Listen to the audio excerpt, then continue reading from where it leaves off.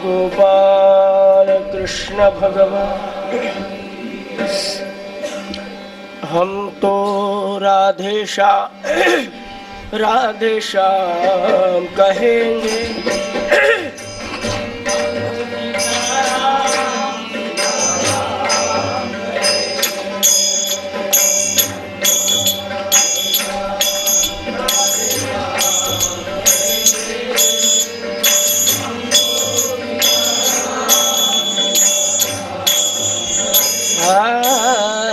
हम तो राधे श्याम कहेंगे।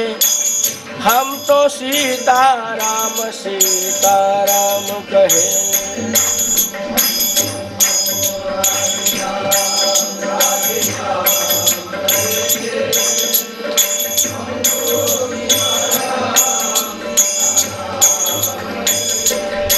राधे श्याम सीताराम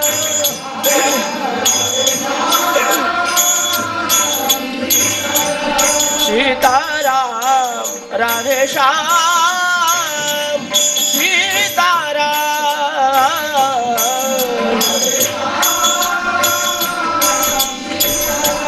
सीताराम कहेंगे। हम तो राधे श्याम कहेंगे। हम तो सीताराम कहेंगे।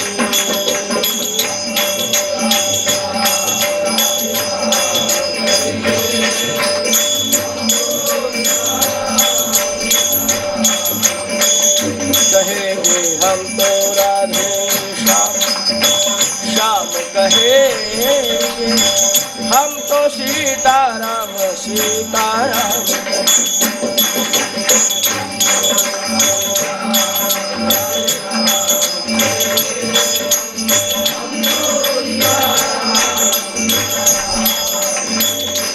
राधे श्याम श्याम श्याम सीता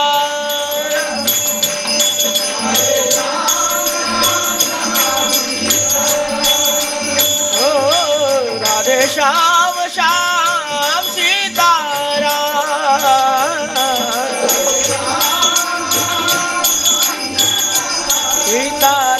कहेंगे। हम राधे श्याम कहेंगे। हम तो सीताराम कहेंगे।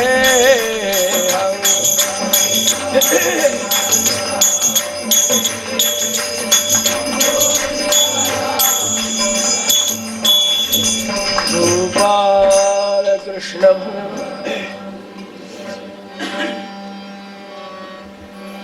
स्वस्ति श्री गणेशाय नमः। श्री सरस्वत्यै नमः। श्री गुरुभ्यो नमः। श्री सद्गुरु सीताराम। वक्रतुंड महाकाय सूर्यकोटि समप्रभ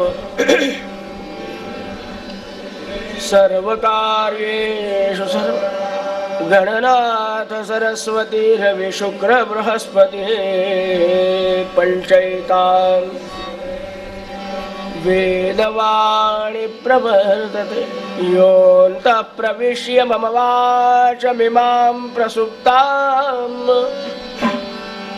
संजीवयत्यखिल शक्तिधर स्वधाम्ना अन्याश्च हस्तचरण श्रवणत्वगादीन् प्राणान् नमो भगवते पुरुषाय तुभ्यम्। लोकाभिरामं रणरङ्गधीरं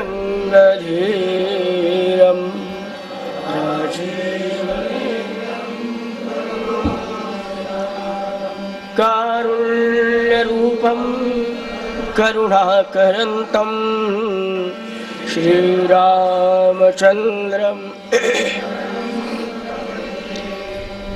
वसुदेवसुतं देवं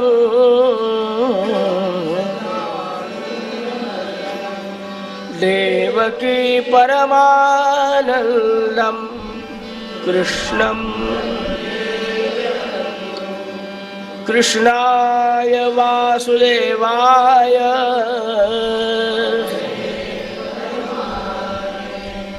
प्रणतक्लेशनाशाय गोविन्दाय सकलभुवनमध्ये निर्विशेषं निरीहं गिरिहरिहरवेद्यं योगविध्यानगं जननमरणभीति सकलभुवनबीजं ब्रह्मचैतन्यमीडे सद्गुरुं ज्ञानदं वन्दे रामभक्तिप्रियं सदा रामानन्दं पूर्णकामं पूर्णब्रह्म सनातनं श्रीप्रह्लादं ब्रह्मनिष्ठं गुरुभक्तिपरायणं शिष्योद्धारे सुनिष्णात् वन्देऽहं ब्रह्मसं गुरुर्ब्रह्मा गुरुर्विष्णु गुरुर्देवो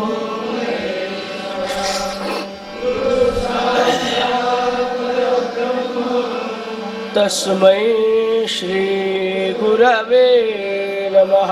जानकी जीवनस्मरण महारुद्र हनुमान की समर्थ रामदास अनंत कोटि ब्रह्मांड नायक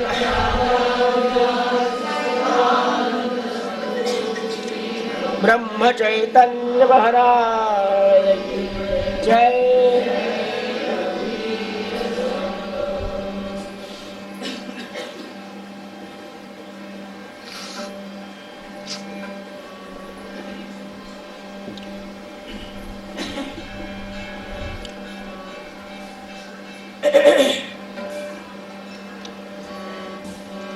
हिरण्यकश्यपूच्या उद्धाराच्या अंगभूत असणारी प्रल्हाद चरित्राची कथा आपण काल या ठिकाणी ऐकलेली आहे. भगवत भक्त नाम घेत असताना किती निर्भर राहतो. अगदी समर्थाने वर्णन केले की शोक भय चिंता जाईल सर्वथा. गंमत नाही हो, इंद्रचंद्र ज्याला घाबरतात असा हिरण्यकश्यपू प्रत्यक्ष बसलाय. सगळे शस्त्रास्त्र बरोबर आहेत, आजूबाजूला त्याची आज्ञा पाळणारे सगळे सेवक आहेत. हे सगळं माहीत असताना काही झालं तरी मी नाम सोडणार नाही. देह पडे का देव जोडे ऐशी हाव अंगी चढे समर्थ म्हणाले. अशी अवस्था झाल्याशिवाय परमेश्वर सुद्धा त्या भक्ताला पूर्णपणे सांभाळत नाही. एका ग्रंथात असं वर्णन आलेलं आहे. ते म्हणाले एकदा त्या प्रल्हादाला जेव्हा दरीत सोडलं ना तेव्हा त्याच्या उपरण्याला थोडा खोचाटा लागला. उपरण्या ते सगळं झालं, आरती गिरती झाली, हिरण्यकश्यपूचं का व्हायचं झालं. देव म्हणाले आता तू असं कर, देवाचा आणि दैत्याचा स्वामी तुला करून टाकतो. अनंत आशीर्वाद दिले नरहरी भगवंतानी. आणि आता आहे मी कृपारूपाने तुझ्या मागे आहे असं सांगितलं. येऊ ना आता. प्रल्हादाला विचारलं, म्हटलं देवा एक छोटीशी शंका आहे. मला हत्तीच्या पायाखाली सांभाळलं, उकळत्या तेलामध्ये सांभाळलं, त्या दरीत सांभाळलं, मला सगळीकडे सांभाळलं. हे उपरलं का फाटलं? अरे त्या उपरल्याची काय बिशात, फाटलं तर फाटलं. इतकं सांभाळत असताना मग उपरण्यालाच का सांभाळले? अरे म्हणाले तिथे तुला थोडी मनात शंका आली होती. की जर माझा नारायण खाली आला नाही तर काय होईल. म्हणजे भक्ताला परमेश्वराविषयी किती दृढ श्रद्धा असली पाहिजे. थोडा तरी त्यामध्ये शंकेचा वाव असेल ना त्या भक्तीमध्ये, परमेश्वर प्रत्यंतर दाखवतोच महाराज. नामाविषयी तर जास्त बोलायचं काही कारण नाही. मी परवाच बोललो की गहू दळत असतात, कणिक दळत नसतात. इथं सगळे नामस्मरण करणारे आहेत. आणि महाराजांचं आपण पाहिलं की त्या भाऊसाहेब बारिस्टरांनी प्रश्न विचारला होता, महाराज तुम्ही येणाऱ्या जाणाऱ्याला सतत नाम सांगत राहता,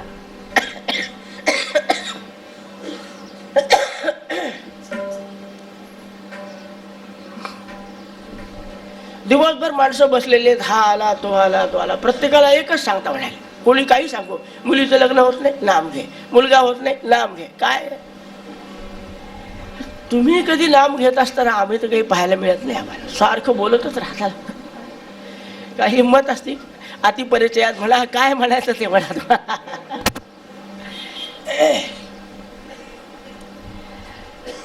मग महाराजांनी सांगितलं की माझ्या हाताला कान लावा, पाठीला कान लावा, आणि जिथे जिथे कान लावला तिथे तिथे श्रीराम जय राम जय जय राम.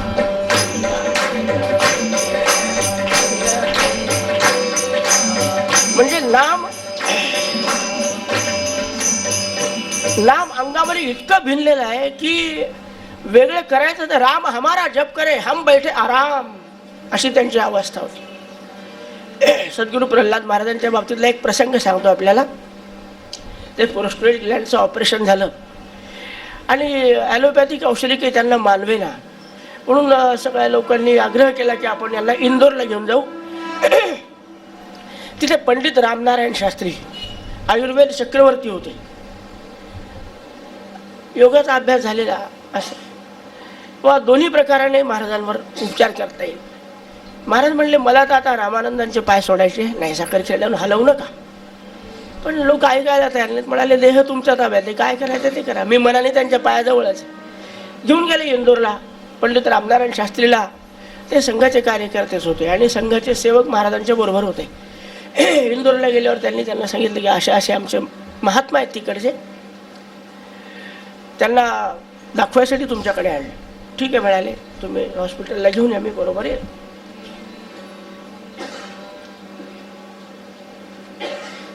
2-2, 3-3 तास त्यांची समाधी लागायची असं वर्णन आहे त्यांचं. खूप 6.5 फूट उंचीचे होते. पाहिलं आम्ही त्यांना.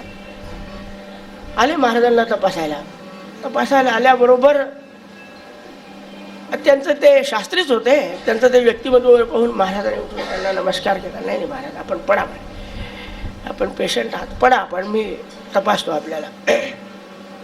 आणि महाराजाकडे पाहिल्यावर त्याला काय, अहो विद्वाने व विजानाती विद्वज्जन परिश्रम हा असं म्हणतात. किंवा योग्याला जाणण्यासाठी काहीतरी आपल्यात पात्रता असावी लागते, तर योगी ओळखताय. त्यांना पाहिल्याबरोबर दृष्टादृष्ट झाली आणि आनंद वाटला. यांना पायाला हात लावून नमस्कार केला. म्हणाले शास्त्री हो असं काय करता, मला शास्त्राचं काही येत नाही, लोक लिहितात मागे, हरिभक्त परायण वेदशास्त्र संपन्न लोक लिहितात. म्हणाले माझा काही शास्त्राचा तसा, आपण शास्त्री आहात, तुम्ही नका नमस्कार. नाही म्हणाले महाराज काय ते माझ्या लक्षात आलं. म्हणाले आता तपासू का, म्हणले तपास. आणि जेव्हा त्यांनी लाडी हातात घेतली प्रल्हाद महाराजांची, तेव्हा त्यांना सतत नामस्मरण ऐकू यायला, सतत नाम. आणि त्यांच्या डोळ्यातून अश्रूच्या धारा व्हायला लागल्या. म्हणाले महाराज तुम्ही तपासून घेण्यासाठी आले का माझा उद्धार करायसाठी आले. ते हनुमंताचे उपासक होते, हे रामाचे उपासक. पण म्हणाले आता मी तुमचा डॉक्टर आहे ना, मला तपासू द्या. म्हणले तपासा ना, तुमच्या हातात हात आहे ना माझा. अहो पण ते थोडं बंद करा. तुम्ही ते बंद केल्याशिवाय मला नालीचे ठोके कसे पाहता येतील. देहीच विदेही, देहीच विदेही, होऊनी ठेले, होऊनी ठेले, आता या पर उरले नाही काही काही काही, आता या पर. हो, तर अशा प्रकारचे भक्त फक्त तो प्रल्हाद होऊन गेला नाही, तर या प्रल्हादापर्यंत अशी नामसाधना करणारी मंडळी जीवाच्या आकांतानं आपल्याला सांगतात.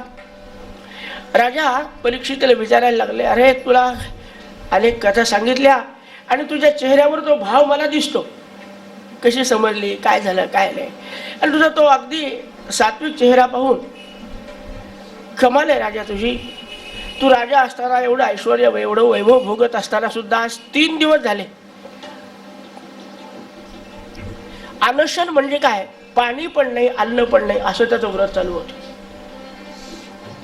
तरीही भगवंताच्या कथा ऐकण्यामध्ये तुझी रती आहे. वा, आता तू असं कर, तुला काय ऐकायचं ते तू सांग. हा, आजच्या दिवस मी तुला सांगतो, तू प्रश्न विचारायचे आणि मी तुला कथा सांगा, याला काय हरकत आहे का. याने नमस्कार केला सद्गुरूला आणि सुंदर प्रश्न विचारला. बादरायण मे तत्ते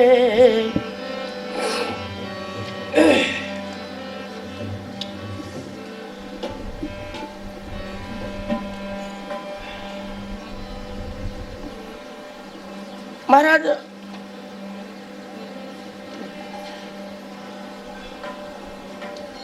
पंचम मन्वंतरापर्यंत आपण ज्या ज्या कथा मी विचारल्या त्या सगळ्या आपण सांगितलेल्या आहेत. पण 6व्या मन्वंतरामध्ये म्हणाले भगवंतानी हरी नावाचं रूप धारण केलं होतं आणि त्या कोणा एका गजेंद्र नावाच्या हत्तीचा उद्धार केला. ऐकून कथा माहिती आहे आम्हाला. हो राजा, मग त्याविषयी तुला काही शंका आहे का. शंका एकच आहे म्हणाले की सर्वजण असं सांगतात की इतर देहामध्ये म्हणजे मानव देह सोडून इतर देहामध्ये भगवंताचं नामस्मरण करण्याची किंवा त्याला आळवण्याची, त्याला प्रार्थना करण्याची, त्याला मदत मागण्याची इच्छाशक्ती किंवा कुवत नसते.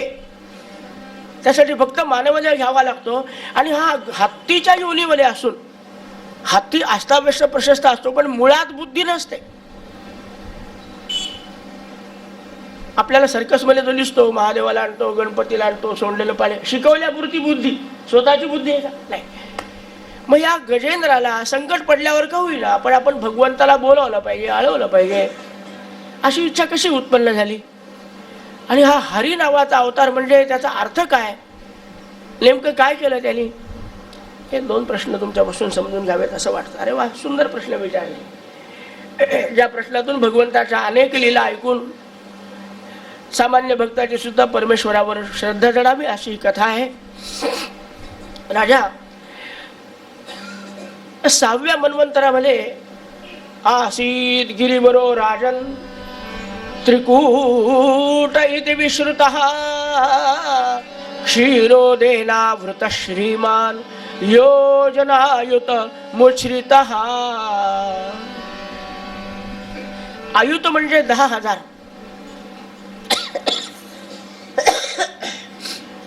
10,000 योजन पसरलेला, उभा आणि आडवा, उंच तेवढा असा जो हा त्रिकुटाचल नावाचा पर्वत आहे. या पर्वतावर खूप वनस्पती, खूप वृक्ष, मोठे मोठे महावृक्ष,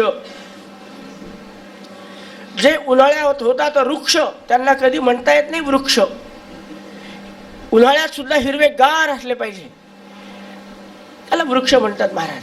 आता हे सरकार जे लावतंय ना, पावसाळ्यात हिरवे, उन्हाळ्यात वाळलेले, कावळ्याला सुद्धा तिथे घरटं बांधावं वाटत नाही, बांधतच नाही. पण इतकं ते घनदाट अरण्य होतं की सूर्यनारायणाच्या किरणांना भूपृष्ठापर्यंत पोहोचता येत नव्हतं.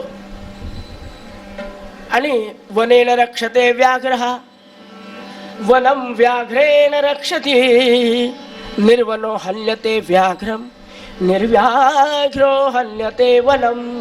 साधा नियम आहे, अन्योन्य संबंध आहे वनाचा आणि वन्य श्वापदांचा अन्योन्य संबंध आहे. जिथं वन आहे हिंस्त्र श्वापद राहतात आणि ते असतात म्हणून जंगलतोड होत. अर्थात सांगायचा हेतू हा की अनेक प्रकारचे वन्य श्वापद आपल्या आपल्या संघाने राहत होते. व्याघ्रांचा कळप, सिंहाचा कळप, तसा एक हत्तीचा कळप होता आणि त्या कळपाचं नेतृत्व करत होता म्हणून त्याला गजेंद्र असं म्हणत होते. हत्तीला आणि वाघाला आणि सिंहाला कुठे नावं असतात का, नाव नसतात. पण गजेशु इंद्रवत भातीस गजेंद्र. हा गजेंद्र का म्हणत होते, सगळ्या हत्तींमध्ये बलाढ्य म्हणून त्याला गजेंद्र असं म्हणायचं. आणि मग काय त्याला लोक पुढे करायचे, चला आज आपण स्नान करायला जाऊ वगैरे, त्यांच्या भाषेत बोलत असत. ग्रीष्म ऋतूमध्ये हे हत्तीचा कळप घेऊन आमचा हा गजेंद्र सरोवरामध्ये यायचा, अनेक प्रकारचे जलक्रीडा करायची. जिथपर्यंत आपल्या परिवारातले लोक येऊ शकत नाही तिथे आपण खोल जायचा, सोंडेमध्ये पाणी घ्यायचा आणि लहान लहान बालकावर किंवा आपल्या परिवारावर आपल्या सोंडेतून फवारा टाकून सुखी करायचा. प्रत्येक कुटुंब प्रमुखाला असं वाटतं की माझ्या घरातला प्रत्येक घटक सुखी असला पाहिजे, माझं काही होऊ द्या. तो किती संकटात जातो हे घरातल्या परिवारांचं लक्ष असतंच असं काही नाही. आज हे पाहिजे एवढंच त्यांना माहीत असतं.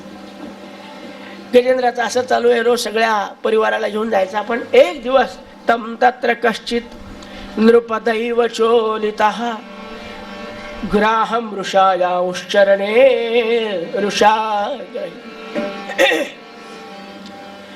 दैव दुर्विलास असा काहीतरी घडला की एवढा गजेंद्र बलवान, पण त्यापेक्षाही बलवान असणारी एक मगर तिथे आली महाराज आणि तिने पाय धरला. गजेंद्राच्या लक्षात आलं सोडलेलं पाणी फेकण्याचं काम करतो, परिवारांना सुखी करण्याचं काम करतो आणि दुसऱ्या पायाने त्या मगरीपासून आपला पाय सोडवण्याचाही प्रयत्न करतो. कंठापर्यंत येईपर्यंत कुटुंब प्रमुख घरातल्या कोणालाही मी किती दुःख माझ्यावर आहे, किती आघात आहे सांगत नाही. काय होईल ते होईल. आणि गजेंद्राने प्रयत्न केला, आपण आपला पाय सोडू शकत नाही. सगळ्या परिवाराच्या लोकांना सांगितलं की तुम्ही या, आता मी थोडा मागून येतो, आपली वेळ झाली, जास्त वेळ पाण्यात राहू नका, निघा आता. माहिती आहे की गजेंद्राला काही आपली गरज नाही, आपल्याला त्यांच्या आश्रयाची गरज आहे. ते निघून गेले. पुन्हा रोज दुपारी यायचे. गजेंद्र तिथेच. हो तुम्ही आला नाही, नाही मी तुमच्या पुढे आलो होतो. ओळखू येऊ दिलं नाही बरेच वर्ष. पण पंचायत काय होऊ लागली, मगर हा प्राणी भूचर आणि जलचर आहे.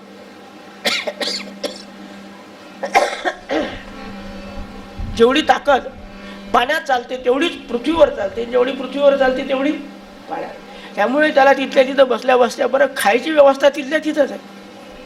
त्या गजेंद्राच्या पायातून रक्त काय मांस काय त्याला जे पाहिजे ते मिळत. आणि ह्याचं मात्र काय, याला कोणी आणून घेऊ घालतं का टिफिन बॉक्समध्ये डबा तरी?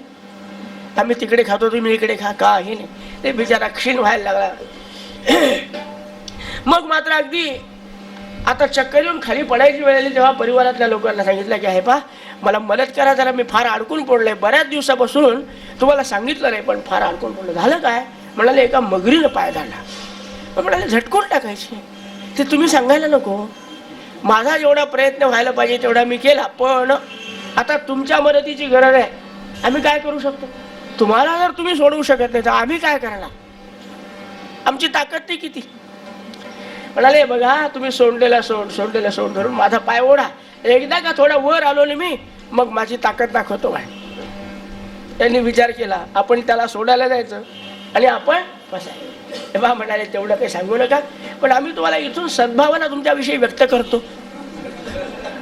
अरे सद्भावना. काठावर सगळे उभे राहिलेले आहेत. गजेंद्र सगळ्याकडे आशेने पाहतो, तुम्ही तरी. अहो त्या द्रौपदी सारखं झालं.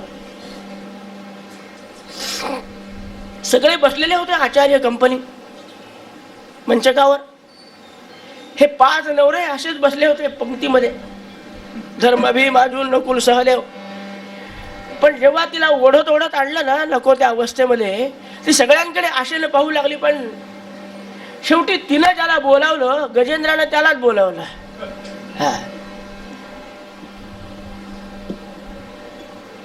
गोविंदा रे गोपाळा रे गोविंदा, गोपाळा रे गोविंदा.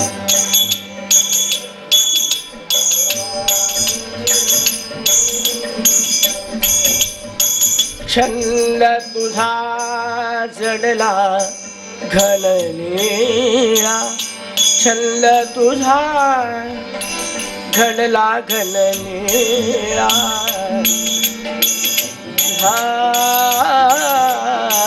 गोविंदा.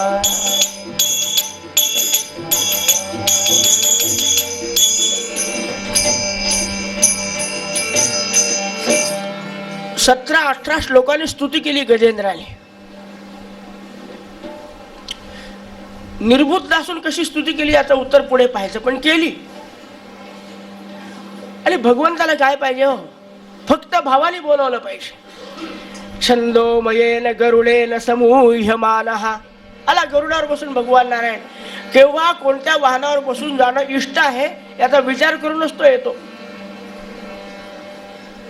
विमानात बसून आला असता पंचायत झाली असती. गरुडावर बसून आला. गरुड अगदी मध्ये थांबवलंय, ते सरोवराच्या समुद्राच्या मध्यात थांबवलाय. अरे गजेंद्र मी आलो वर का. आणि गजेंद्राला पूर्ण विश्वास होता आमच्या प्रल्हादासारखा, तयारीतच होता स्वागताच्या.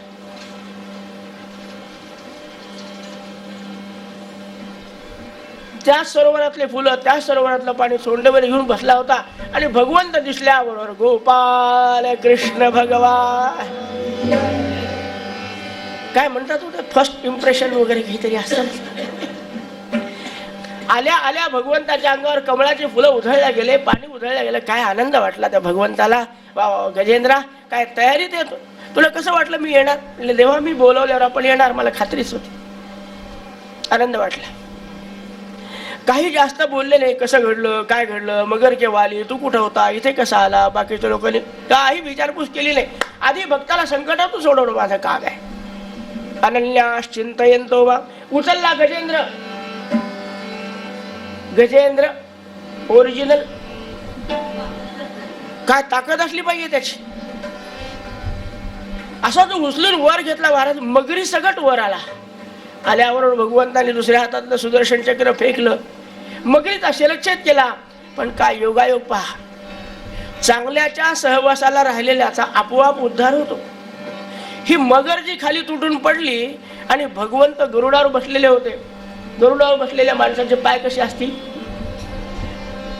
मोटरसायकलवर बसलेल्या माणसाच्या पायासारखे, दोन्हीकडून पसरलेले.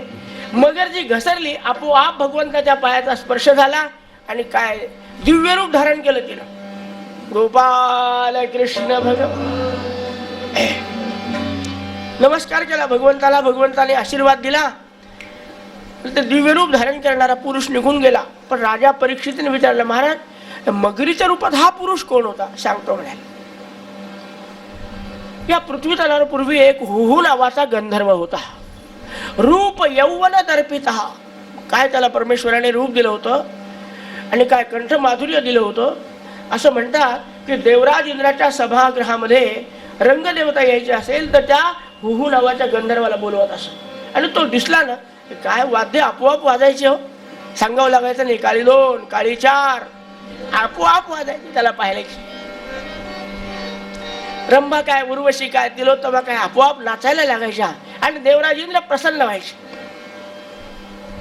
एक दिवशी अशी सभा खाचोखाच गच्च भरलेली आहे आणि त्या ठिकाणी या गंधर्वाचं गायन चालू आहे. इतक्यामध्ये देवल नावाचे ऋषी आले. दिसायला अतिशय कुरूप, अंगावर गाठी गिठी, 2-4 ठिकाणी अंग वाकडं तिकडे झालेलं, सुरकुत्या पडलेल्या, पांढरे शुभ्र केस झालेले, काही कशाला भान नाही. पण आले, काहीतरी इंद्राला बोलायचं होतं, आशीर्वाद द्यायचा होता. आले सभागृहामध्ये. त्या काळची पद्धत होती की अशा अधिकारी संताला विचारपूस करून यायचं काम पडत नसायचं. प्रत्यक्ष त्यांना इंद्राला पर्यंत भेटता येत होतं. आला, इंद्राला भेटला, काय असेल ते त्याला आशीर्वाद वगैरे दिला. काय गाऱ्हाणं होतं त्याच्या कानावर घातलं आणि देवल ऋषी निघाले. इंद्राने नमस्कारच केला, इंद्राने सत्कारच केला. पण हा गायन करणारा गंधर्व त्यांनी विचार केला, एवढे चांगले चांगले लोक बसलेले, रंभा इथे, उर्वशीत, या ब्राह्मणाचं इथे काय काम. पाकड्या तिकड्या हसला. सभागृहामध्ये काय कुठेही कुरूप माणसाला हसू नये. कोणी हेतू पुरस्सर कुरूप होतो का. पण परमेश्वर त्याला जसं रूप देईल तसं स्वीकारावं लागतं. आणि कधी कोणाला सामान्य नियम आहे. पण गंधर्वाला राहवलं गेलेले. हसला. देवल ऋषी चालले होते, पुन्हा मागे आले. अरे इतका उन्मत्त झाला का, जा तुला शाप देऊन टाकतो. अरे शरीर शरीयत इथे शरीर, त्याचा एवढा अहंकार. जा अशा योनीमध्ये जाऊन पड की ज्या योनीला आकारच नसतो. मगरीच्या योनीला जाऊन पड. मगरीला तसं काही आकार आहे का. लाकडाचा ठोकळा. मगर म्हणजे काही त्याच्यात विशेष आकार नाही, थोडा निमुळता भाग खाली, थोडा निमुळता बाकी मध्ये लाकडाचा ठोका, आकार नाही, ओकार नाही, मकार नाही, काय. आता मात्र हा गंधर्व त्रस्त झाला, त्यांनी महाराजाचे पाय धरले. महाराज मी थोडासा अपराध केला, पण तुम्ही मला काय मगर काय करून टाकलं, सुसर काय करून टाकलं. पण म्हणाले महाराज जो शाप देतो ना तोच उशाप देतो. चूक झाली माझी, हसू नये, पण मला अहंकारामुळे क्षमा करा, असा अहंकार माझा जाळून टाका आणि मला किती दिवस त्या मगरीची योनीमध्ये राहावं लागेल, माझा उद्धार कसा होईल एवढं सांगा. ही गाणं गायची जी इच्छा आहे ना माझी काही तृप्त झालेली नाही. मला पुन्हा गंधर्व योनी प्राप्त झाली पाहिजे. द्याल का आशीर्वाद? देव ऋषी म्हणले काही काळजी करू नको, तू एवढं भगवंताने तुला स्वरगान दिलंय, आवाज दिलाय, कंठ माधुर्य दिलंय, पण तू तुझ्या आवाजाचा उपयोग कधी भगवंताचं गुणगान गायसाठी केलाय का? त्यामुळे तुला भगवंताचं नामस्मरण करावं वाटणार नाही. अरे आपल्याजवळ जी कला आहे ना, मग रांगोळी काढायची असू द्या, चित्र काढायचे असू द्या, हार करायचे असू द्या, परमेश्वरासाठी वापरली पाहिजे. यज्ञ करणाऱ्याला जे फळ आहे ना, रांगोळी काढणाऱ्याला तेच फळ आहे महाराज, हार करणाऱ्याला तेच फळ आहे. पण आपल्या कलेचा उपयोग भगवंताच्यासाठी केला पाहिजे. पण तू फक्त इंद्राला प्रसन्न करायचं, रंभेला प्रसन्न करायचं, उर्वशील, तुला काही भगवंताचं गुणगान गायची इच्छा उत्पन्न होणार नाही. पण एका अधिकारी अशा भक्ताला तू पकडशील, स्वार्थी बुद्धीने का होईल पकडशील, पण त्याला पकडल्यानंतर तो भगवंताला बोलावील आणि त्याच्या रूपाने तुला भगवंताचं दर्शन होईल, त्याच्या शरीराचा स्पर्श होईल, चरणाचा स्पर्श झाला की तुझा उद्धार होईल. त्याप्रमाणे आज सगळं घडलं. पुन्हा त्याला पूर्वरूप प्राप्त झालं, आकाश मार्गाने निघून गेला. गोपाल कृष्ण.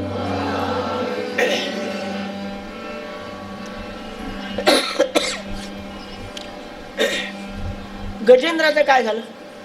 अहो भगवंताचा हस्तस्पर्श झाला, तोंडामध्ये भगवंताचं स्तुती करत होता, म्हणजे नाम होतं, आणि ज्याच्या डोळ्यासमोर भगवंत आहे त्याला ताबडतोब सद्यो मुक्ती भगवंताने देऊन टाकले. वा राजा, मागच्या जन्मात केलेलं पुण्यही आहे, तुझ्या कामाला आलेली विजय वस्तू, आशीर्वाद दिला, त्याला मुक्त करून टाक.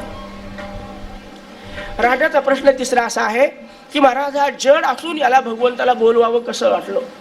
आम्ही कीर्तन ऐकतो, प्रवचन ऐकतो, नाही का, पण नाही वाटत आम्हाला.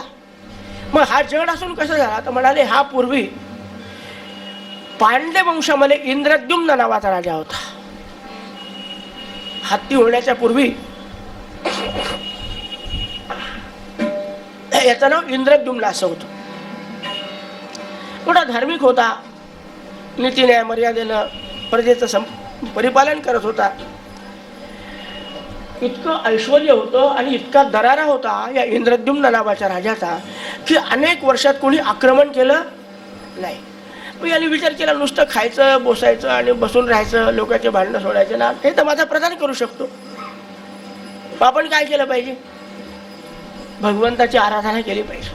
आणि म्हणून या इंद्रद्युम्न नावाच्या राजाने ऐन तारुण्यामध्ये राज्यकारभार सोडून दिला आणि एका पवित्र स्थळावर जाऊन नामसाधना करायला लागला. नामसाधना करणं वाईट नाही, पण भगवंत म्हणाले की स्वे स्वे कर्मण्यभिरतः संसिद्धिं लभते नरः. जो स्वतःच्या वाट्याला आलेलं विहित कर्म सोडून देतो आणि अन्य कर्म करतो त्याला परमेश्वराच्या शापाला समोर जावं लागतं. परमेश्वर स्वतः येऊन कधी करत नाही, पण तो बुद्ध्या संयोजयंतितम, परमेश्वराच्या विषयी असं सांगितलंय की न देवाः दंडमादाय रक्षन्ति पशुपालवत. देव ज्याला सांभाळायचं ना त्याला काही हातामध्ये काठी घेऊन त्याच्या मागे लागत नाही जनावरासारखा. बुद्ध्या संयोजयंतितम, त्याच्या बुद्धीमध्ये प्रवेश करतो. इंद्रद्युम्न नावाच्या राजाला यथा योग्य मार्गदर्शन करायचं होतं, म्हणून काय घडलं? हा तपश्चर्या करण्यासाठी, अनुष्ठान करण्यासाठी विशिष्ट अशा पवित्र क्षेत्रावर जाऊन बसलेला आहे. एकदा अगस्ती नावाचे ऋषी या राजाच्या नगरीत आले. अगस्ती महाराजांचं वर्णन तुम्ही रामायणात ऐकाल ना, तर महाराज इतके काही सात्विक आहेत. अगस्ती महाराज अतिशय सात्विक, की त्यांच्या आश्रमात राहणारे वाघ, सिंह, हरिण आणि गाई एकत्र बसायच्या. अवघड आहे की नाही? आपण कधी पाहिलं का असं? हरिण समोर बसलंय, इकडे सिंह बसला, आपण पाहिलंय कधी? अहो कल्पनाच करवत नाही. पण अगस्त्य ऋषींच्या आश्रमात म्हणजे किती शांत, किती सात्विक असे असले पाहिजे. पण असे अगस्त्य ऋषी राजाच्या दरबारात आले. 2 दिवस मुक्काम झाला, 3 दिवस मुक्काम झाला, पण राजाने चौकशी केली नाही. शेवटी अगस्त्य ऋषीला विचारलं, का राजा कुठे युद्धाला गेलाय का? नाही. तब्येत बरोबर नाही का? नाही. तीर्थयात्रेला गेले का? नाही. काय करत? आमचे महाराज म्हणाले तपश्चर्या करायला गेले, अनुष्ठान करायला गेले. अरे अनुष्ठान करायला गेला. अगस्त्य ऋषीला माहिती होतं की याला अजून मुलगा झालेला नाही, राज्यावर उत्तराधिकारी कोणी नेमलेला नाही, आणि गेला अरण्यामध्ये. अरे स्वतःला फार बुद्धिवान समजतो का? इतकं बोलण्यासाठी अगस्त्य महाराज त्या इंद्रद्युम्न राजाकडे आले. राजा, तुला काय वाटतं, फार बुद्धिवान आहे का रे तू? आदौ स्ववर्णाश्रम वर्णिता क्रिया. माणसाने आपल्या आपल्या वाटेला आलेलं कर्म केलं पाहिजे. आणि क्षत्रियाणाम अयम धर्म. क्षत्रियाने काय केलं पाहिजे? पुत्रान उत्पाद्य तंतवे. आपल्यासारखा अधिकारी पुत्र जन्माला घातल्यानंतर त्याच्यावर संस्कार करून तो शस्त्र अस्त्रविद्येमध्ये निष्णात झालेला आहे, माझ्यानंतर उत्तराधिकारी म्हणून योग्य रीतीने कारभार करू शकतो अशी खात्री पटल्यावर त्याला सिंहासनावर बसवायचं आणि आपण अरण्यात जायचं. पण तुला अजून मुलगा नाही, त्याला गादीवर बसवलं नाही, प्रधानाच्या बरोबर कारभार सोडून हिंडायला लागला. स्वतःला फार बुद्धिमान समजतो का? जा निर्बुद्ध अशा हत्तीच्या योनीला जाऊन पड. दिला शाप. बरं झालं पहिले ऋषी आता राहिले नाहीत. नाही तर आपण 7 दिवस भागवतात सुखाने राहू शकलो नसतो. कोणी किडा होय, कोणी मुंगी होय.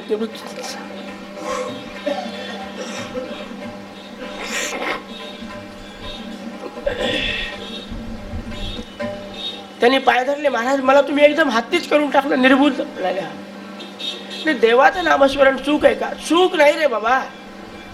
पण आपलं आपलं कर्तव्य कर्म करून, आता ऑफिसला जाणारे आहेत, मुलं शाळेला जायचं आहे, आणि ती बाई जर घरामध्ये हातात माळ घेऊन बसलेली आहे, महाराजांनी सांगितलं सतत नामस्मरण करा. यांचे तळतळाट घेऊन तुमची ती नामसाधना काय कामाची? जे प्रल्हाद महाराजांनी सांगायचे खरं. म्हणजे एकदा काय घडलं बा, जालन्याला महाराज आले. आमची आई त्यावेळेला 25-25 माणसं, 10-10, 15-15 कुत्रे इतकं असायचं बरं. कशा 25-25 भाकरी, 40-40 पोळ्या करावं लागायच्या. हे ठीक. महाराजांनी सहज विचारलं, म्हणाले बाई नामस्मरण चालू आहे का? आई सहज बोलून गेली, अगदी सहज.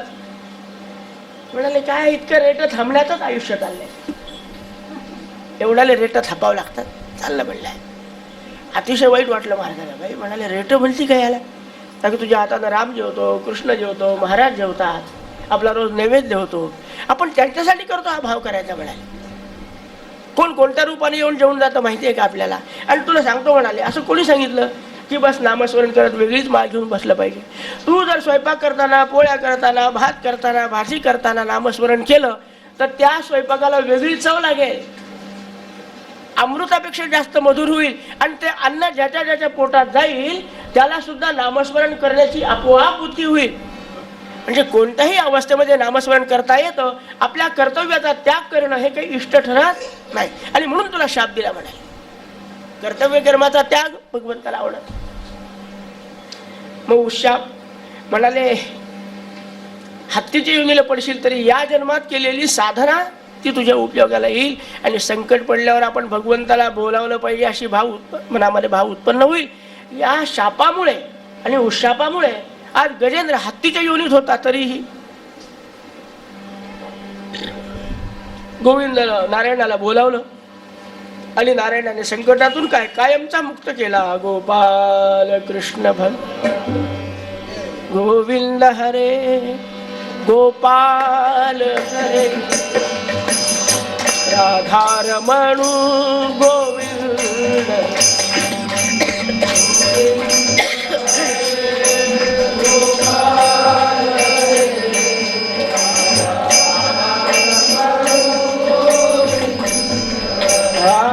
गोविंद गोपाल हरे राधा रमण गोविंद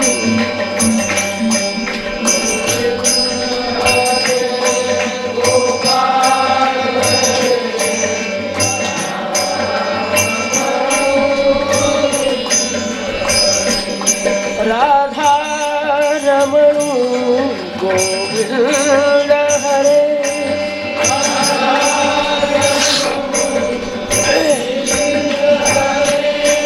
राधा रमण गोपाल हरे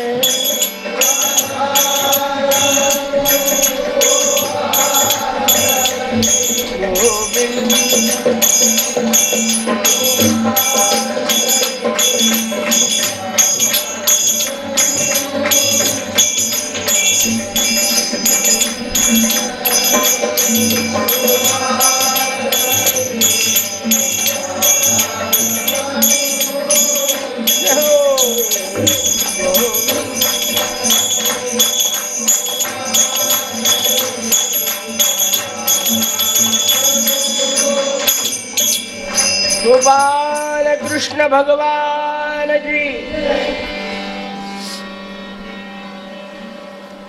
राजा, तुला सांगितलं होतं मी सकाळीच की आज तू प्रश्न विचारायचा आणि मी उत्तर देणार. अजून काय ऐकायची इच्छा आहे? राजाने अगदी विनम्र भावाने हात जोडून प्रार्थना केली. यथा भगवता ब्रह्मन् मथित क्षीर सागरः यदर्थं वा यतश्चाद्रि दधाराम्बुचरात्मना.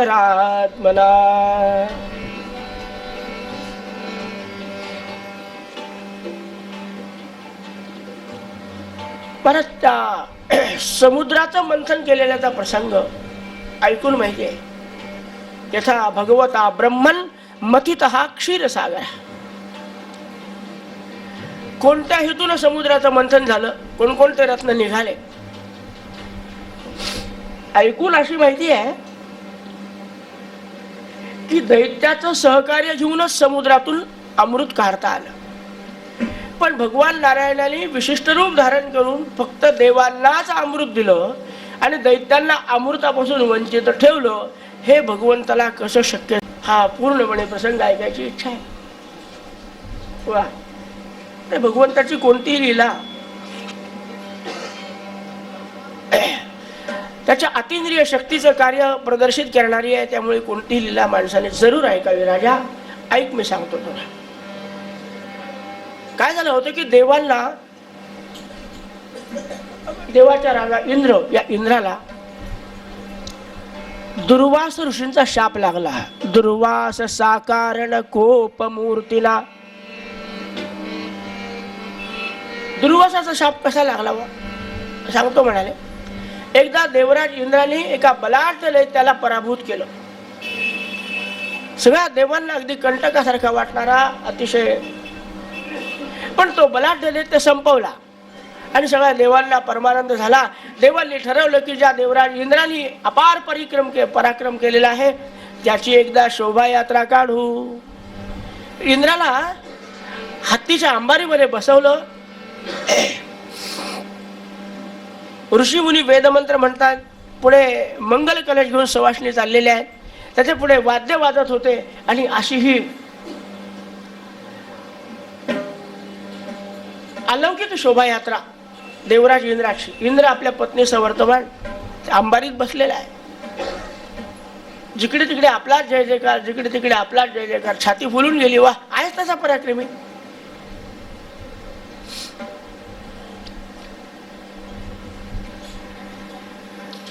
योगायोग असा की ज्या दिशेनं दुर्वास, आमच्या देवराज इंद्राची शोभायात्रा चालली होती, त्याच्या विरुद्ध दिशेनं दुर्वास महाराज येत होते. एक क्षणभर त्यांना वाटलं, वा, काय इंद्राचं वैभव आहे, काय इंद्राचं ऐश्वर्य. म्हणाले, केवढा हत्तीवर काय बसला, जय जयकार चालू आहे, पुष्पवृष्टी चालू आहे. वा, आहेच इंद्र, तसं आहेच आहे. अरे हा आहे, हा पराक्रम दाखवतो म्हणून दुष्ट शांत बसतात. वा, या इंद्राला मी सुद्धा आशीर्वाद द्यायला पाहिजे. रिक्त पाणव न पश्यंती राजानाम देवता. राजाचं, गुरुचं, देवाचं दर्शन रिकाम्या हाताने घेऊ नये, काहीतरी दिलं पाहिजे. काय द्यायचं आता आपल्याजवळ, काय द्यायचं? पण दुर्वास महाराज अनेक वस्त्यातून आलेले होते. अरण्यवासी लोकांनी त्यांच्या गळ्यामध्ये वनमाला घातलेली होती. आता त्या अरण्यातली वनमाळ, मध्येच पांढरं फूल, मध्येच लाल फूल, मध्येच पिवळं फूल, त्याला काही सिक्वेन्स वगैरे काय काहीच नाही. कोणतंही फूल जिथं जमलं तिथे घातलं आणि ते. पण दुर्वास महाराजांना भावनेने घातली म्हणून त्यांनी ती माळ गळ्यात घालून घेतली. येऊ लागले रस्त्याने. आता इंद्राला काहीतरी द्यायला पाहिजे, आपल्याजवळ काय आहे, आपण हीच माळ त्याला प्रसाद म्हणून देऊ. गळ्यातली माळ काढली. इंद्रा विजयोस्तु. इंद्र म्हणला 10,000 रुपयाच्या माळा घालणारा, एक फूल धड नाही, आणि ती माळ मला गळ्यातली काढलेली. मी काय असा तसा वाटलो का? मनामध्ये विचार आला. ती माळ घेतली हातात, दिली हत्तीच्या मस्तकावर ठेवून. हत्ती आधीच निर्बुद्ध, त्यांनी आपली ती सोडलेले खाली पाडली आणि हत्ती मोठा नाचत नाचत नाचत चालला होता. तिथून पाहत होते महाराज. कोण? हा, वा रे वा, अरे माझ्या प्रसादाला असा हत्तीच्या पायाखाली तुडवतो का? इंद्रा, ज्या वैभवामुळे, ज्या ऐश्वर्यामुळे तुला एवढा अहंकार आला ना, ते ऐश्वर्य लवकरात लवकर नष्ट होईल.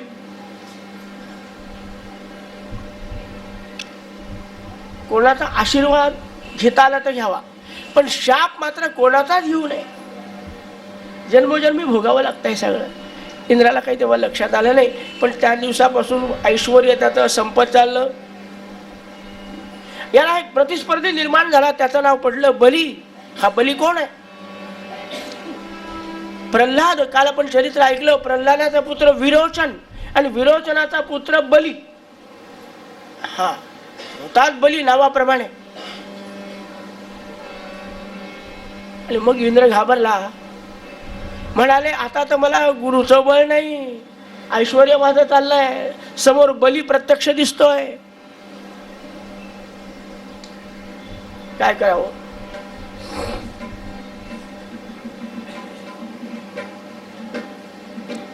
आला देवराज इंद्र आमच्या ब्रह्मदेवाकडे. ब्रह्मदेवा आता काय करू? म्हणाले अरे अपराध माणसाने करू नये, साधी गोष्ट आहे. आपल्या मनावर आपलं नियंत्रण राहू शकत नाही का? कशाला त्या दुर्वासाच्या मागे लागला? अरे चांगल्या चांगल्याला त्यांनी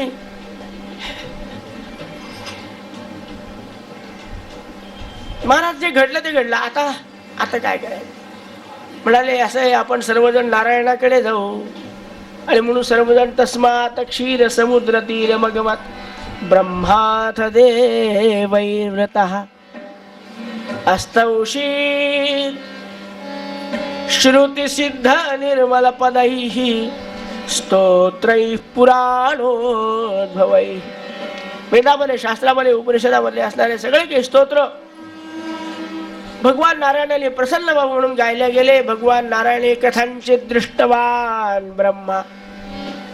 कोट्यावधी सूर्यांचा प्रकाश एकत्र व्हावा असं ज्याचं मुळामध्ये तेज आहे, तो नारायण कथांचित ब्रह्मदेव डोळे किलकिले करूनच त्याच्याकडे पाहू शकला. इतर सामान्य देवाची हिंमत नव्हती, ताकद नव्हती.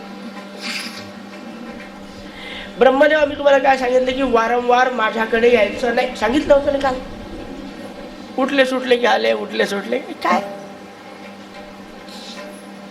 थोडा निवांत पण आम्हाला. पण तेव्हा परिस्थिती अशी झाली की राजा बली उन्मत्त झालाय, ऐश्वर्य त्याच्याकडे चाललंय, सगळं चाललं म्हणजे काय, गेलं. आपल्या इंद्राला पळून जावं लागलं. आणि ज्या सिंहासनावर राजा देवराज इंद्र बसत होता ना, त्या सिंहासनावर आता सध्या बली बसलाय. बली, अरे म्हणजे प्रत्येकाचं प्रारब्ध असतं. 4 दिवस आणि 4 दिवस, प्रत्येकाच्या जीवनामध्ये हे कालचक्र आहे. सुखस्यानंतरम दुःखम, दुःखस्यानंतरम सुखम, द्वयम अन्योन्य जंतूनाम अलंघ्यम दिनरात्रिवत. भूगुले काही दिवस बळीराजाला. पण इंद्राची अवस्था काय झाली? आणि इंद्राला जर ऐश्वर्य नाही, वैभवने चोरासारखं लाहावं लागतं. आमची काय गती आहे? कोणीतरी नैवेद्य दाखवत आहे का? कोणीतरी यज्ञ करू शकतो का? नाही, करू देत नाही बली. हे बघ म्हणाले, प्रत्येक वेळेला आतापर्यंत मी काय करत गेलो, तुम्ही मला फक्त नाव पाठवायचं, याची व्यवस्था लावा. मी लावत गेलो. हिरण्यकश्यपूची लावली, हिरण्याक्षाची लावली. तुम्ही ज्या ज्या दैत्याची यादी माझ्याकडे दिली, काय म्हणतात त्या लिस्टला संपवले केली सगळे. पण आता मी ठरवून टाकलं, आपणहून कुठे जायचं नाही, कोणाच्या भानगडीत पडायचं नाही. तुम्ही काय करायचं ते करा. थकले तर माझ्याकडे पहा, मला बोलवा, मी तुमच्या जवळच आहे. आता करायचं काय, काही नाही, असं करा. शेवटी भांडणार आहे कोण आहे? दिदीचे मुलं तुमच्याशी भांडतात ना, दुसरे आहेत कोण? ते तुमच्यातच आहेत भांडणं सगळे. एक काम करा, समुद्राचं मंथन करा.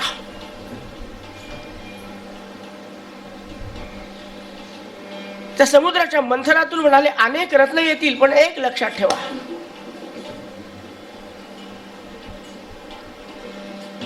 अभिलाषा कशाची ठेवू नका. आपल्याला काय पाहिजे? फक्त अमृत. या समुद्राला संस्कृत मध्ये रत्नाकर असं म्हणतात. म्हणजे रत्नाचं आगर. अनेक रत्न त्यात निघणार आहेत. मंथन झालं की सगळ्या खालच्या वस्तू बाहेर पडतात. मग 400 कोटी 500 कोटी जेवढे असले तेवढे खालचे वर येतात, आहे की नाही?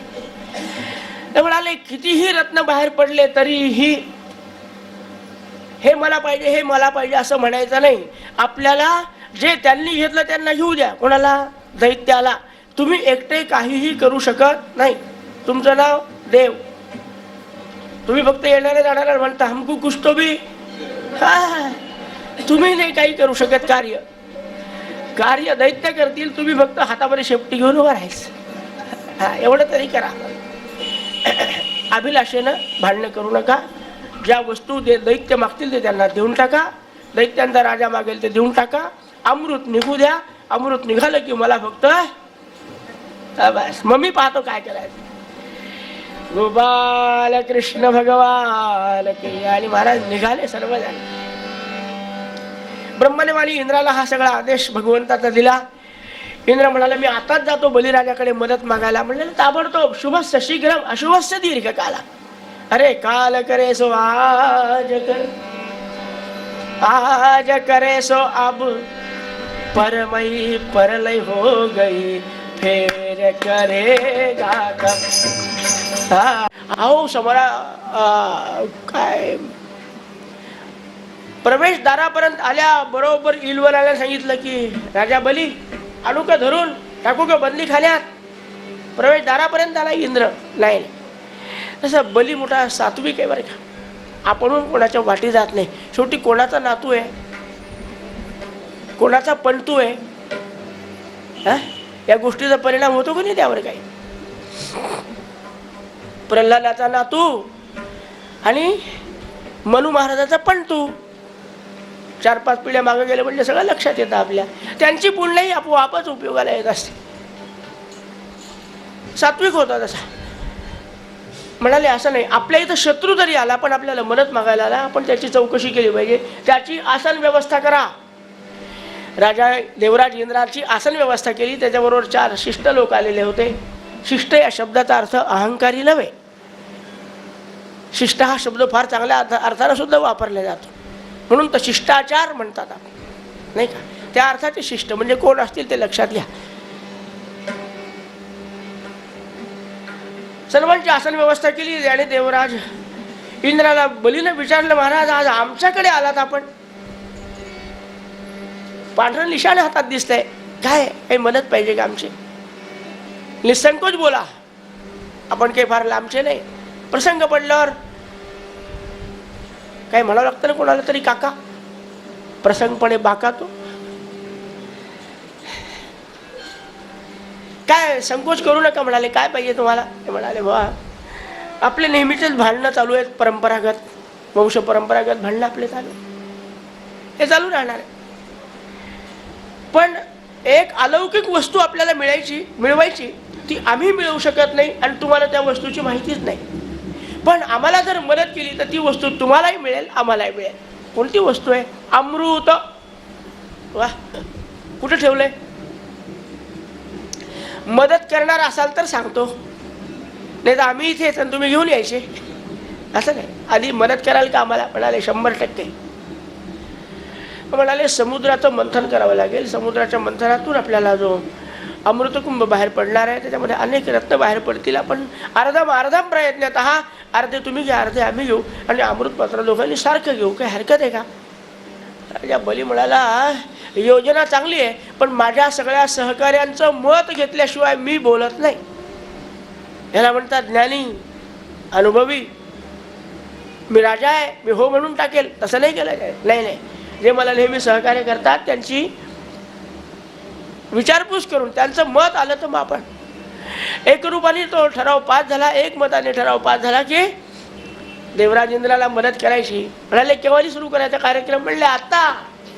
वा, चांगली गोष्ट.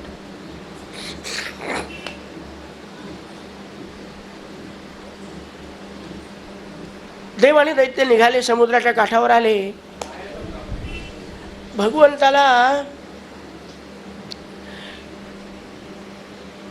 विचारलं होतं देवराज इंद्राने, मंथन करायचं म्हणजे काय करायचं हो, कशाचा उपयोग करायचा? अरे म्हणाले तुम्ही अगदी बालवर्गातल्या विद्यार्थ्यासारखं विचारता. अरे मंथन करायचं म्हणजे रवी, आपण कशाची करायची?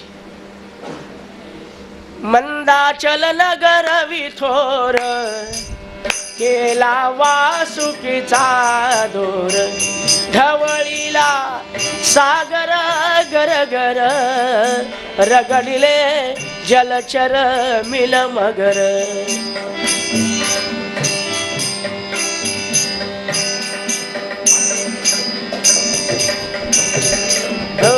मंदराचल नावाचा पर्वत आणायचा, तो समुद्रात सोडायचा, वासुकी नावाच्या नागाला बोलवायचं, त्यालाही हिस्सा द्यायचा. कशात? अमृतात.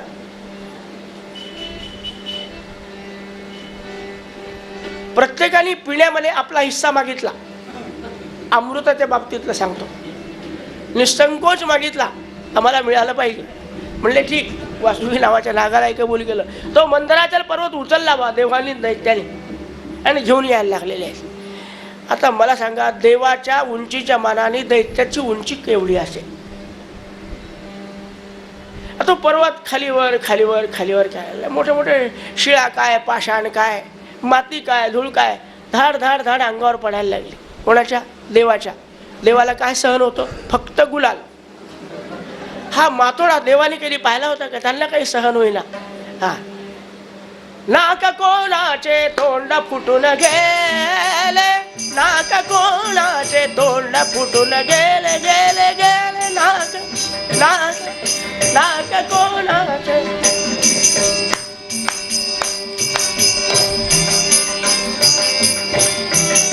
त्या पर्वत, या शिळा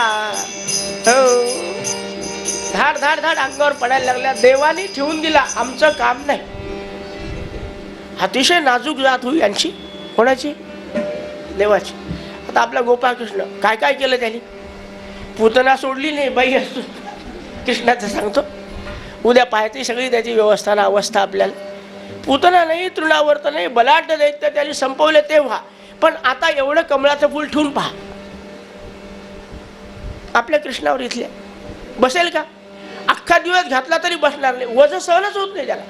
तो म्हणला तेव्हा जे करायचं ते केलं, आता फक्त तुळशीचं पान. देवांना एवढा पर्वत उचलता येईल का? दिला ठेवून, होत नाही आमच्याकडून. दैत्य म्हणले मग आता काय करायचं? ब्रह्मदेव म्हणले काळजी करू नका, तुम्ही थोडं शांत बसा.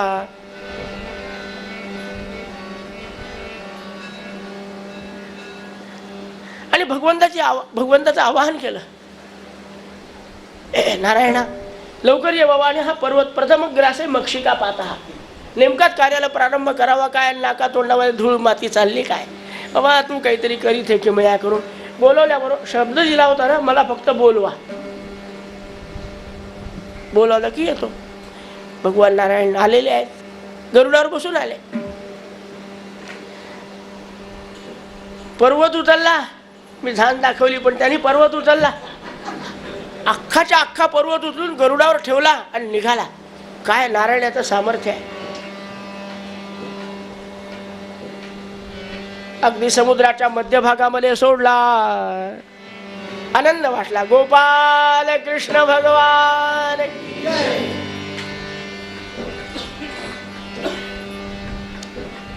देवराज इंद्राने वासुकीला बोलवलं. वासुकी तयार होता. घातला विळखा. थोडा वेळ भांडणं झाले. शेपटीकडे कोणी व्हायचं आणि तोंडाकडे कोणी व्हायचं. म्हणले मदत मागायला तुम्ही आले होते. कोण बोलला? राजा बली इंद्राला. मदत तुम्ही मागितली, शेपटीकडे तुम्ही व्हा, आम्हाला गरज नाही, आम्ही तोंडाकडे होणार. नारायणाने काय सांगितलं होतं की क्षुल्लक गोष्टीसाठी भांडणं करायचे नाही. शेपटी तर शेपटी. सगळे देव असून शेपटीकडे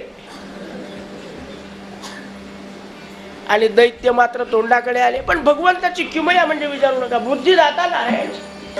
मंथनाला प्रारंभ केला आणि थोडा ढवळीला सागर गरगर रगडिले जलचर.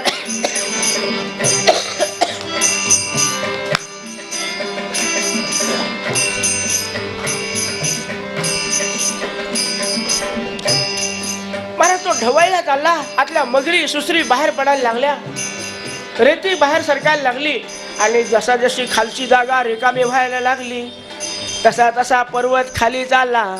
हा हा म्हणता दोनच हात वर राहिला. अरे बापरे, आता काय होणार आहे?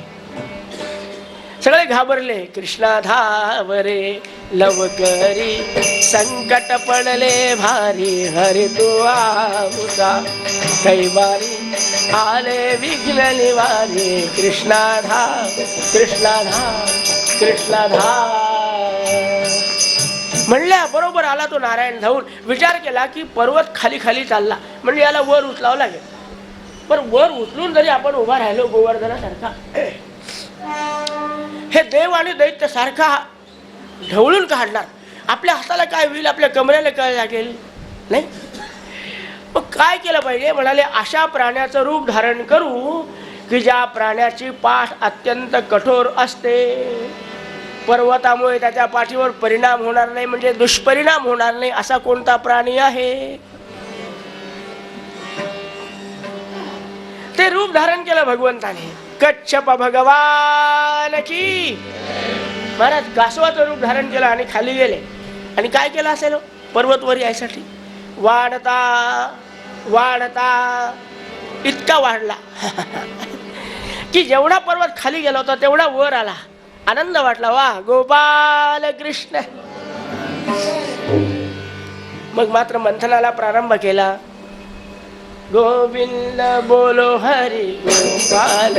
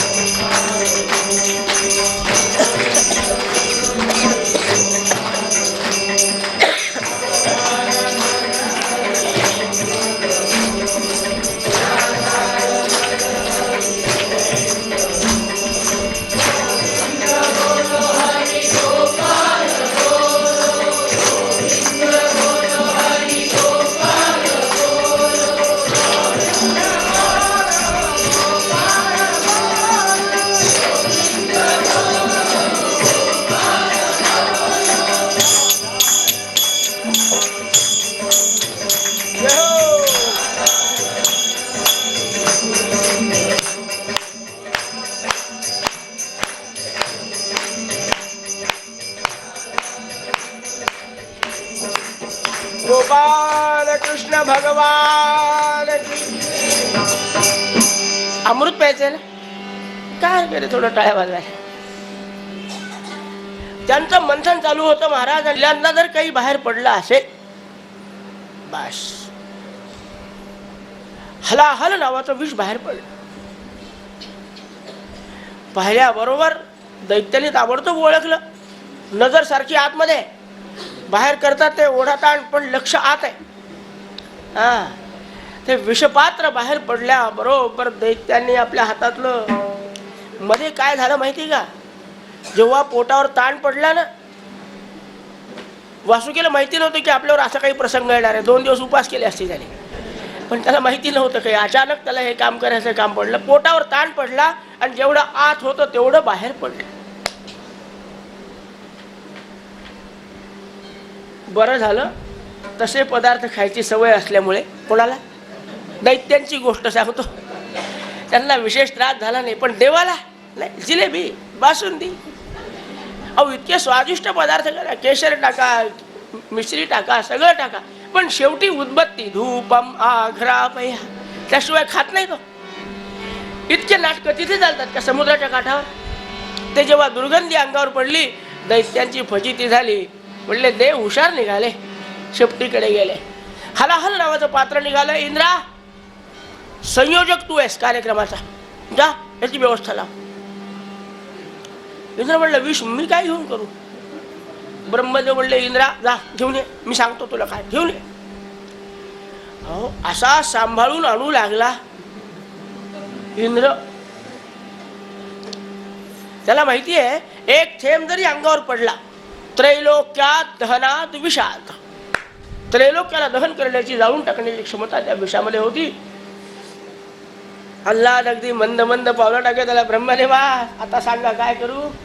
वर धरलं, अहो वाफेला सुद्धा मोठे मोठे गिधाड धाड धाड धाड खाली पडत होत, इतकं विष होत. काळजी करू नको. ब्रह्मदेव अतिशय हुशार. इंद्रा, आपल्या देवांची संख्या किती आहे रे. आहे 33 कोटी. आले किती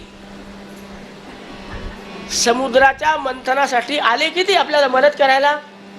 म्हणले 32,99,99,999. आला कोण नाही. क्या बात आहे. मग म्हणाली ही पार्सल तिकडे जाऊ द्या. काय त्याला म्हणायचं कोणी. इंद्रा तू गुलाबजांबू बालुशाही काही असतं तर मी म्हणलो असतो, विष मी म्हणू का. सर्वजण चला निघाले.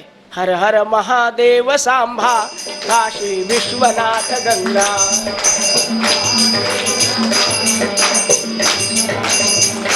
हे ओम नमः शिवाय. ओ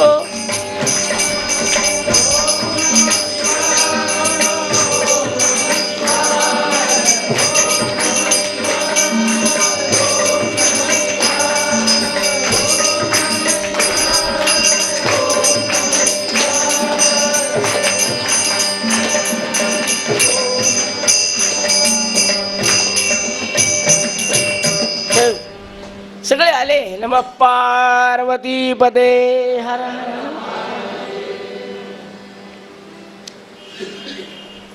जय जयकार एवढ्या मोठ्याने का केला होता माहितीये का.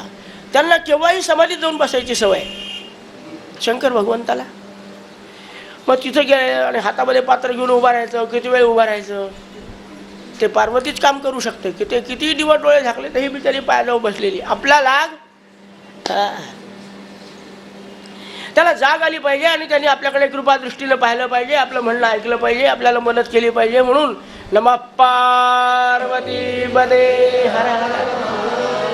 नमः पार्वती पदे.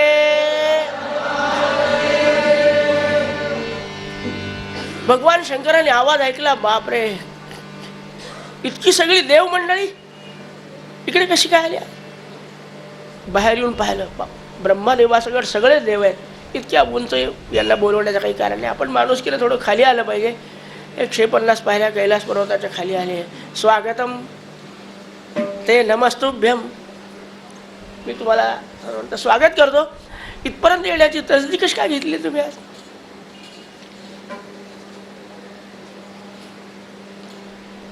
सगळे एकमेकाकडे पाहता. सांगा ना तुम्ही सांगा. अहो तुम्ही बोला लवकर. शेवटी ब्रह्मदेव आले पुढे. भगवान नारायणाच्या आदेशाप्रमाणे समुद्राचं मंथन करावं या कार्याला प्रारंभ केलाय. चांगली गोष्ट आहे. ते कोणी विष निघालं पहिल्यांदा. चांगलं आहे. इथं आणलं मुद्दा छान आहे. अहो छान नाही, घ्यावं लागेल आपल्याला. कोणाला. आपल्याला घ्यावं लागेल. बाकीचे सगळे देव तिकडे मदत करायला आलेले आहेत, पण आपण ध्यानात बसलेले होते. म्हणलं एवढं काम आपण केलं तर बाकी सगळं आम्ही पुढचं करून घेऊ. वा ब्रह्मदेवा, मला वाटलं मुकुट घालाय पुरतच आहे तुम्हाला. त्याच्या आत काय काय दडलंय आत्ता समजायला लागलं मला. थोडा उशीर केला तुम्ही. म्हणजे काय झालं, मागच्या महिन्यामध्ये आमच्या दोघांचा अलिखित करार झाला. कोणाचा? पार्वतीचा आणि माझा. भगवान शंकर पुढे होते, पार्वती देवी मागे होते. कैलास पर्वतावर अंतपुरामध्ये काय करार झाला? तिने मला सांगितलं की तुम्ही फार भोळे आहात. कोणालाही आश्वासन द्यायचं असेल किंवा कोणी काही आणून दिलं तर घ्यायचं का नाही, मला विचारल्याशिवाय काही खायचं नाही, काही प्यायचं नाही. तुम्हाला काही भान राहत नाही, काही खाता काही पिता, मग आम्हाला त्रास भोगावा लागतो. मला विचारल्याशिवाय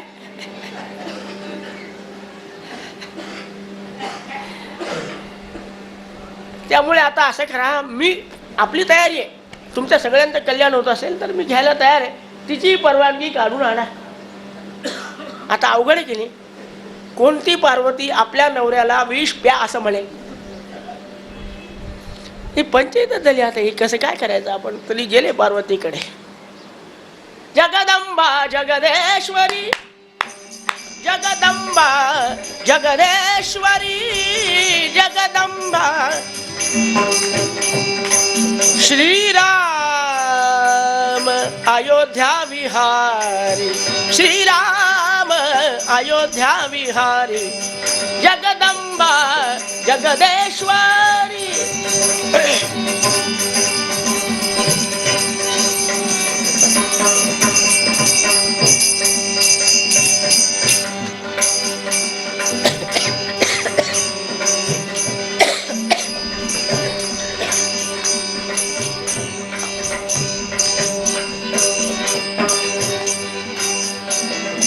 नमो देव्यै महादेव्यै शिवायै सततं नमः.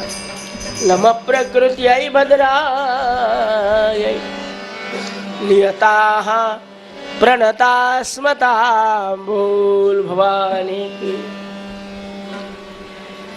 निवेदन दिलंय ब्रह्मालिक देवाने की मातोश्री त्रैलोक्यात दहनात विषाद असं हे विष आता आलेलं आहे. भगवान शंकराशिवाय कोणीही प्राशन करू शकत नाही. आम्ही सगळे आपले लेकरं आहोत. लेकरावर आपत्ती आली तर आईबापाकडे जातील, नाही तर कोणाकडे? आपण उभयता कसे आहात? जगता पितरौ वंदे पार्वती परमेश्वरौ.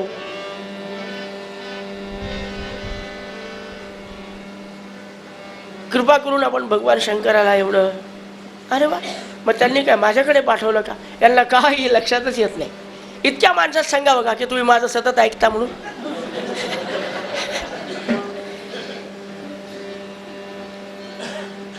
कोणता तरी शंकर कबूल करतो का किती ऐकतो म्हणून? पण आमच्या यांना काही समजतच नाही. म्हणाले चला मी येते तिथपर्यंत. रागाला पार्वतीला मला बदनाम केलं का इतक्या लोकांनी? का हे तुमच्याकडे आले होते ना पहिल्यांदा? घेऊन टाका. पार्वती विष आहे म्हणून म्हणलं घेऊन टाका. का कंटाळली का? कंटाळली मला?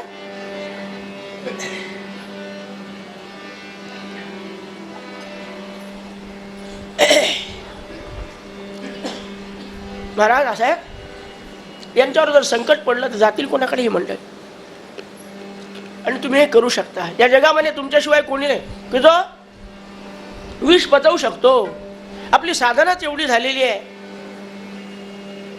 की नामे विषबाधा हरती, नामे चेडे चेटके नासती, नामे होय उत्तम गती.